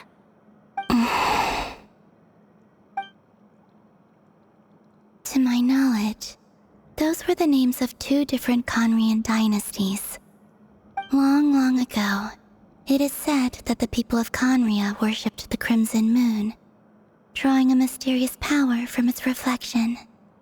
But one day, a coup saw the Crimson Moon eclipsed, hence the name of the new dynasty that replaced it, and how it became the new emblem of Conria.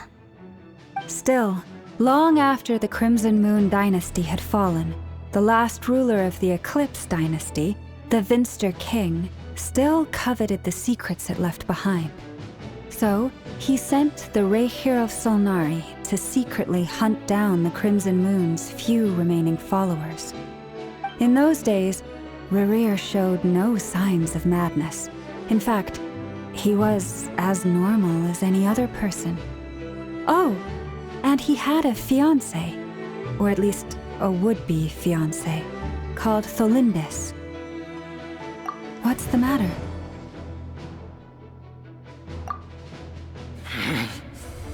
Verfnir, Freindaughter,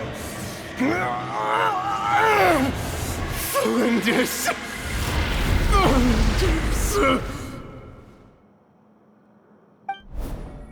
Interesting. Anything else? What about this would-be fiancé of his? Do we know anything about her? Well, she was a researcher at the Universitas Magistrorum, but it felt like she was hiding some kind of secret. Oh, and one more thing. For some reason, Rerir's fragment also contains some of Tholindis' memories, though only a very small portion. Well, no shortage of potential leads, I'll give you that. In any case, it sounds like we can conclude that while Tholindis was still around, Rerir appeared to be lucid and quite normal. Tholindis, it seems, must have been the one thing in this world that he couldn't let go of. Tell me though, were these pure-blood Conorians we're talking about here? Why do you need to know that? Hold on. If she was a pure-blood Conrian... Oh yeah! Just like how it was with the captain! If we could somehow find her, do you think there's any chance Rerir might regain some of his sanity? It's possible, but it would take a miracle. We can't pin all our hopes on that. That merchant who Nefer knows, Dori Sangama Bay. Maybe we could hire her to look into it. All right then. Let's keep working in our separate teams. Traveler, Paimon, Kutar, and Miss Arlecchino will go look for the iridescent moon's marrow. As for the others... On the way over here, I noticed that the Wild Hunt monsters had grown even more frenzied in their search for Kutar. At this rate, the people living here will be in grave danger too. So I'm thinking of gathering together some of our followers to go wipe them out. I'll head back to the curatorium and meet up with the boss. Feels good knowing we've all got something to be getting on with. Given that the Wild Hunt has been a lot more active lately, the Lightkeepers have likely begun their own operations too. If that is the case, someone will need to pass the news on to Flint's. I'll hold the fort for now, then discuss our next move with Flint's, Aino, and Anefa when they get back. All right then. Well, the clock's ticking. If that's everything, we'll be on our way. We'd better get moving too. We'll try to buy you as much time as we can. Relax. Just do your thing. I decided to call in some backup since things are getting so hairy. Our reinforcements should be here any minute now. Stay safe, everyone. Dismissed.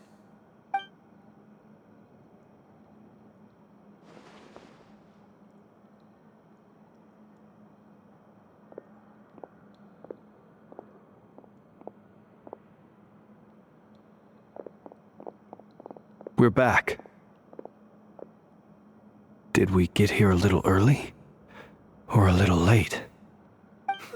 A tad late. The others have already set off. To summarize, our resident moon goddess has found us a new ally, and Boss Nefer has uncovered some promising info. Everything going smoothly on your end? Not great. I don't know how long we can stall them for. The decoys are getting taken out way faster than we imagined. I'm gonna make some more later, but I need a timeout first. I'm so tired right now. Oh, right! Inefa, could you fill in Uncle Varka on what we just discussed with Flint's? Sure. Uncle Varka, you previously told us about how when you went to investigate a source of the Wild Hunt in Amsvartnir, you discovered that it was just a diversion. But according to Flint's intel, several outbreaks of the Wild Hunt had already occurred in Nodcry in the period leading up to that. That was before Rerir had regained his body, when he was far from regaining his full strength. In other words, in theory at least, he still lacked the means to act in two places at once. Flins, with everything that's been happening, the Lightkeepers across Nodcry are rallying to fight back against the Wild Hunt. They're gonna need your help. I know, I'm sure you're capable of coming up with something far more effective than decoys.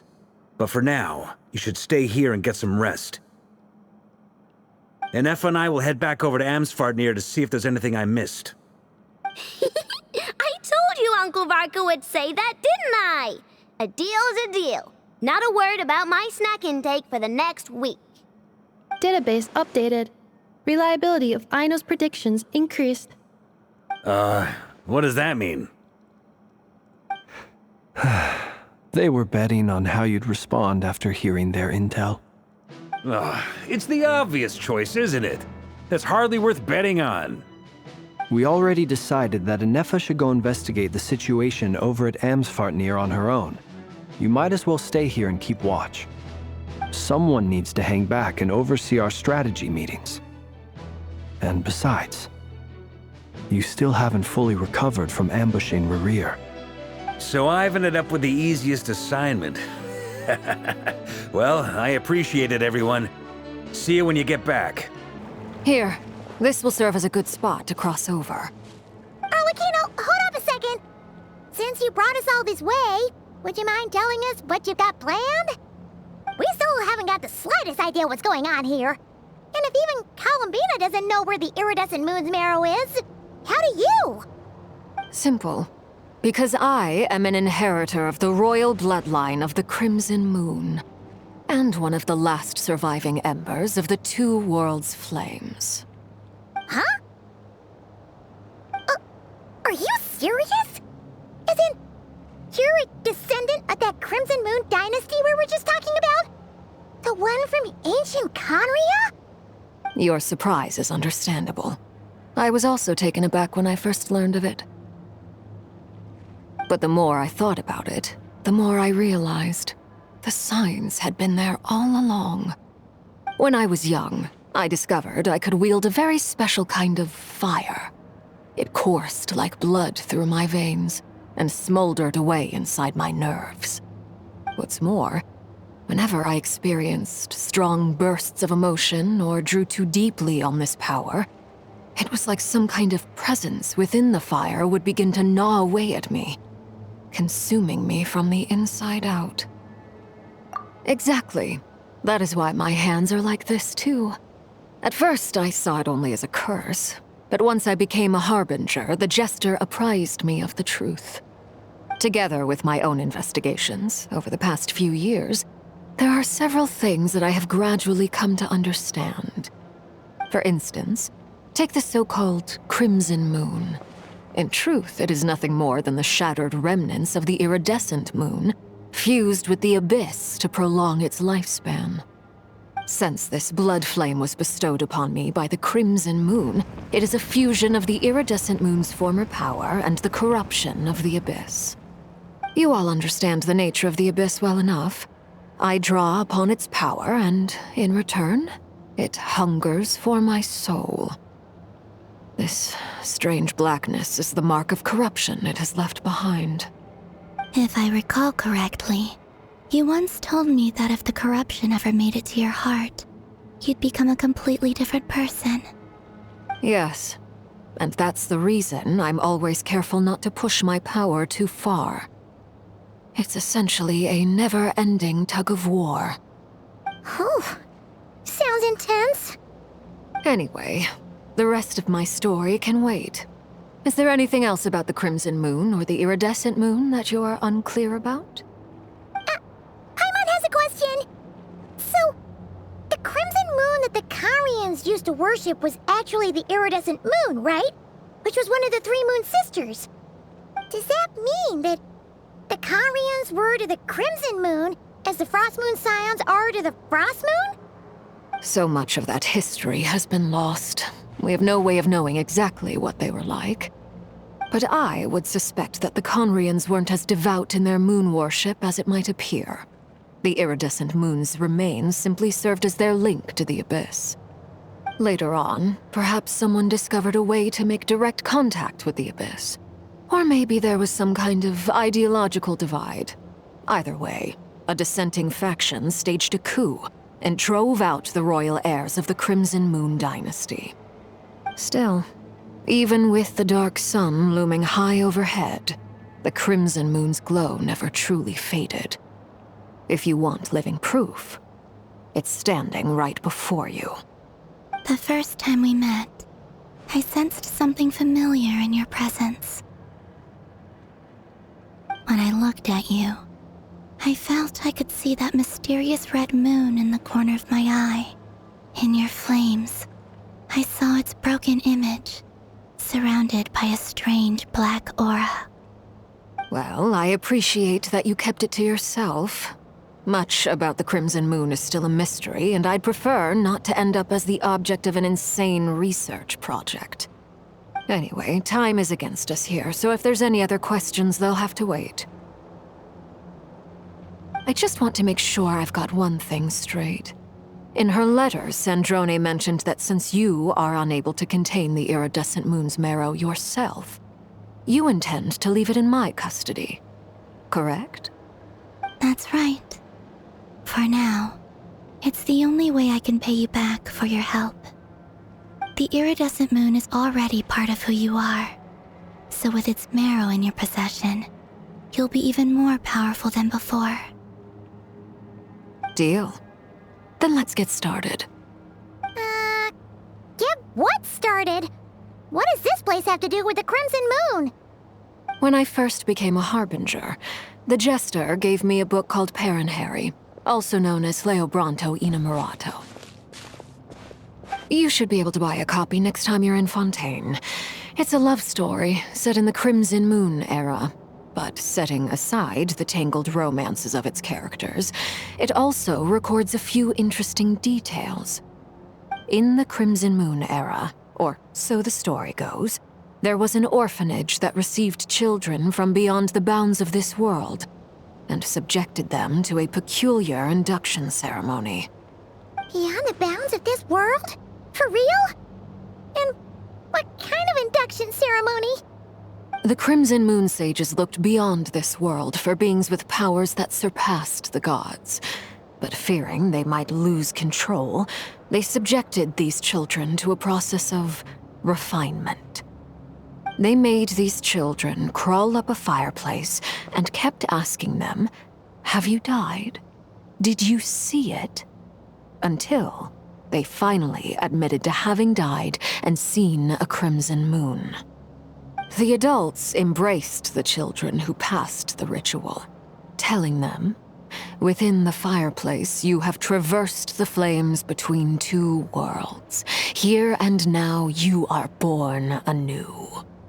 The book leaves much unsaid, but I suspect that this was their way of branding the children they had enrolled, leaving an indelible mark upon them so that they would forever live in the Crimson Moon's light.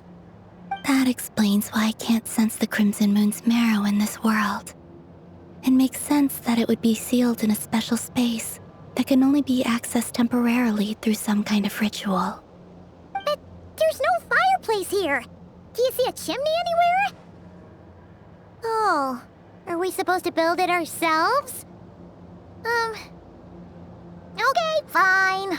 Paimon will go find some bricks. That won't be necessary. The fireplace is purely symbolic. The key to the ritual is crossing the flames between two worlds. In other words, the flames that burn within me. Those burned away by such flames leave behind a kind of ghostly afterimage in the world. In the days of Conria, people believed they could be used to bridge the gap between the two worlds of life and death. In short, I can open a passage to that space for you. That's the easy part. The catch is I'll need to stay on this side to keep the passage open, so I won't be able to come with you. Once you're inside, you'll have to find your own way. Very well. Then I'll open it up. Traveler, spare me a little more moonlight if you would. I may need it.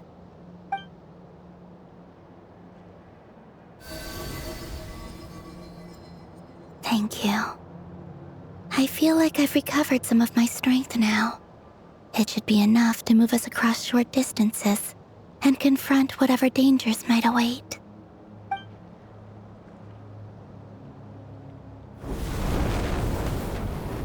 Mistress of the 7 hues of ages past, Great Mother of the present, crimson-clad sovereign of the 2 realms.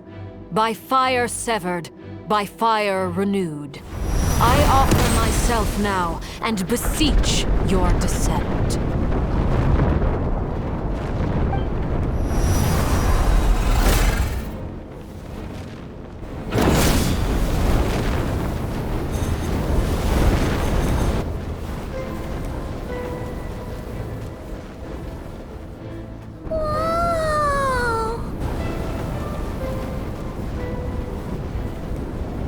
One word of advice. As you're crossing over, no matter what voices you hear, do not answer. Got it! I sense a sinister gloom inside, but also the familiar light of the moon. I feel that I am about to meet an old friend who has changed beyond all recognition. All right, let's go. Hey! Look up at the sky! A red moon! This must be the spot, right? Is that the abyss? It's practically filled the entire place! What now? What a tragic sight. Fragments of your broken body, seized by the abyss and hung up aloft like mummified remains. Iridescent moon. Was this truly what you wished for? Careful! There's something spooky about this place. Feels like something is lurking in the fog. Haimon's right behind you. Whatever you do, don't run off without her. Huh? Huh? For real? That's way too high. There's no way we'll be able to reach it. No. I'm not sensing anything up there. It's coming from under the mountain. Let's see. Ah! There's some kind of weird shadow over the water.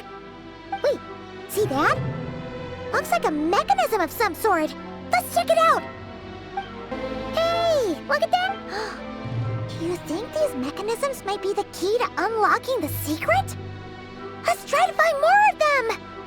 Thalindus, we'll leave the rest of the research in your hands. We'll be heading back now. I hope this isn't ruining date night. Ugh. Mind your own business. Just leave me some snacks on the table. Thalindus?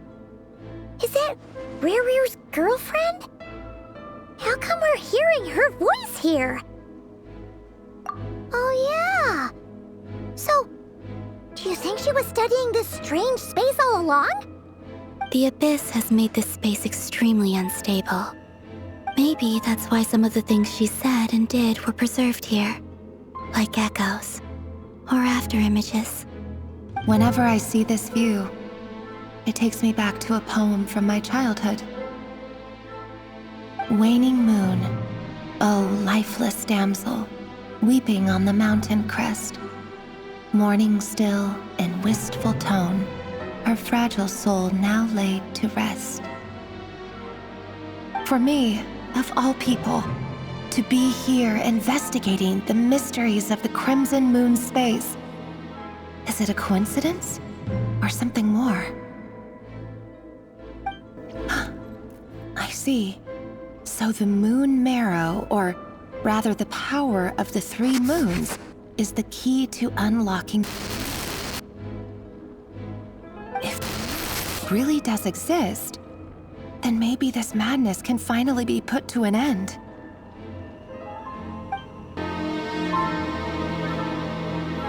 With the Abyss inhibitors in place, I should be able to access the chamber with the moon marrow. Oh, Rerir, with every step you take, you're drifting further from what you truly desire. But you're not the root of the problem. Ever since that outsider set foot in Conria, the Vinster King has sunken deeper into madness. If only I could get my hands on that outsider.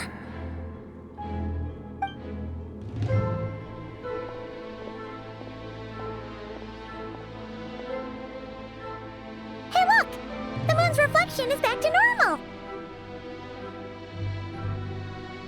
Felindus's voice mentioned a chamber with the moon marrow.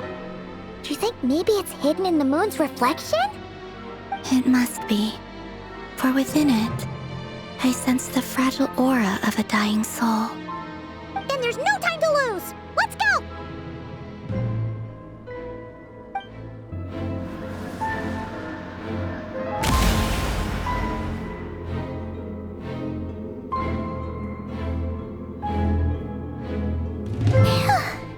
We finally did it! The iridescent moon's marrow, still burning away like an undying flame, yet now contaminated by the abyss. It has taken on a new form entirely. If we can purify the abyssal power within, we should be able to obtain its untainted essence.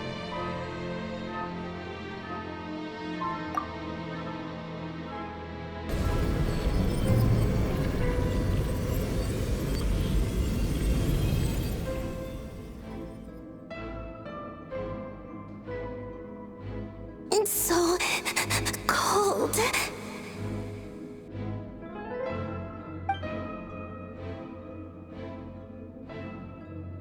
Is it you? Are you here? Huh? Are you talking to us? At long last, I can see you once more. Our fates have crossed, and I am finally free. I'm sorry, I lied to you. Even knowing what was to come, I still couldn't let go of the fear in my heart as death drew near. The moment the moon shattered, my body began to split apart piece by piece. Like I was being cut into pieces by 1,000 blunt blades. My thoughts scattered as the cold crept in.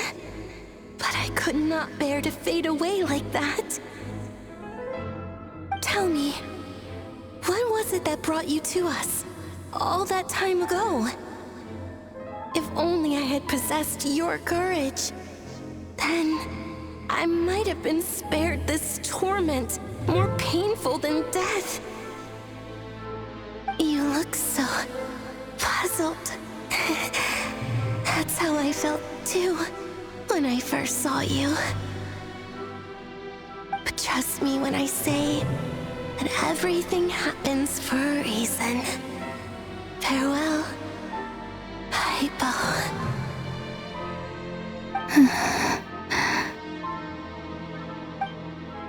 What was that all about? Was that the goddess of the iridescent moon? Oh, it sounded like she was speaking to a long-lost friend. But none of us have ever met her before, right? Perhaps. She took me for the goddess of the frost moon she once knew. For a fading soul like hers, our auras must be too similar to tell apart. But anyway, we've got the iridescent moon's marrow now. That should help you regain your strength, right? Alright, time to leave this place and meet back up with Arlecchino. Let's go!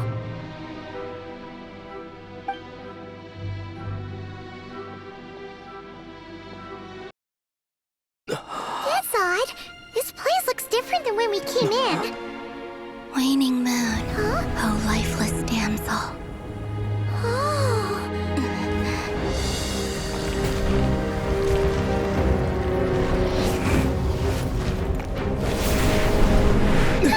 Hurry! The place is collapsing! It wants to trap us here.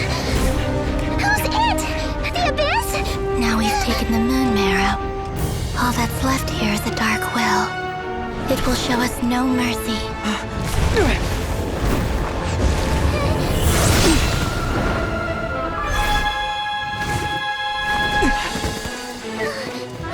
it back!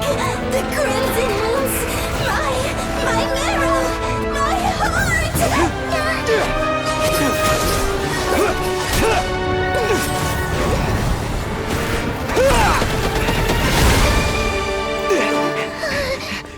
Finally!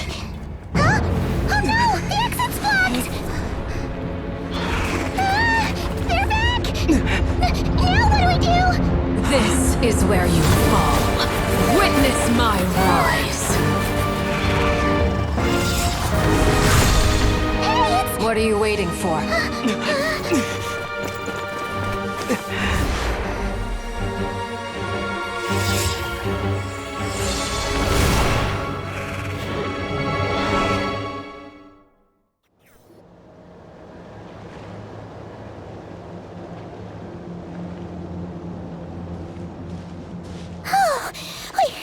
We made it!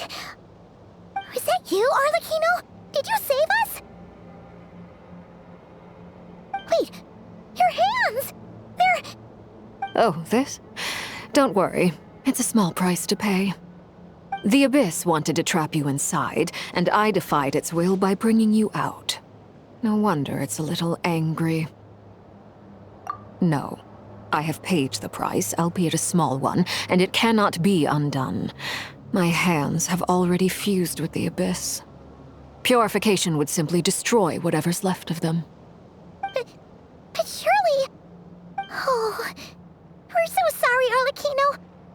Paimon can't believe you'd make a sacrifice like this for us. As much as I'd like to call it a favor, the truth is I was simply holding up my end of the deal. Well, Columbina. Yes, you did your part. And as promised, I will leave the iridescent moon's marrow in your care. From this day forth, may the two worlds' flames burn ever more brightly.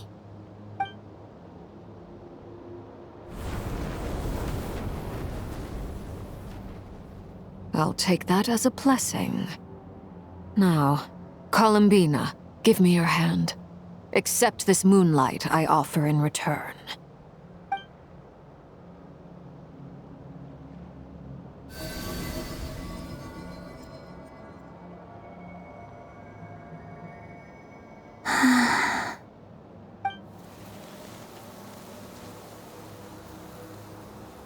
Feeling stronger?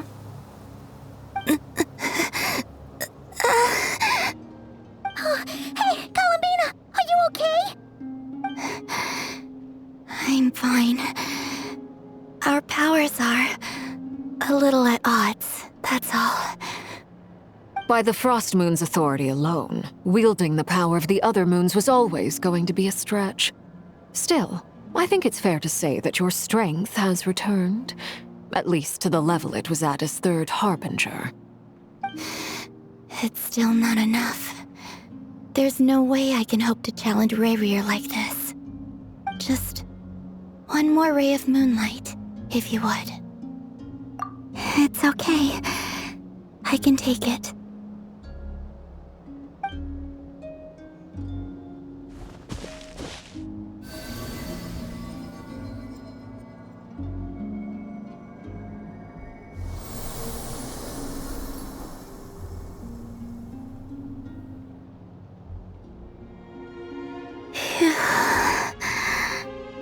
How about now? Fighting fit? At the very least, I won't have to stay hidden like before. I want to see him gone from Not Cry. The Rayhear of Solnari and his wild hunt must be sent back where they belong. Well, it's good to have something to aim for. You certainly seem more alive now than you did earlier. When I first met you, you didn't strike me as a ray of moonlight. More like a wisp of fog drifting in from who knows where, ready to scatter at the first sign of a breeze. But now, you're full of vitality. Just like the Frost Moon, once the brightest of them all.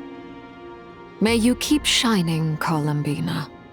This is who you are. Thank you. Look after yourself too, Arlecchino. I know you have plans of your own, and that's why you're always seeking to grow stronger. But whatever you're after, don't let the Abyss take a hold of you. I do not wish to see you go down the same path as Rerir. I appreciate the concern, Columbina. Although perhaps it's time you took a new name. A new name?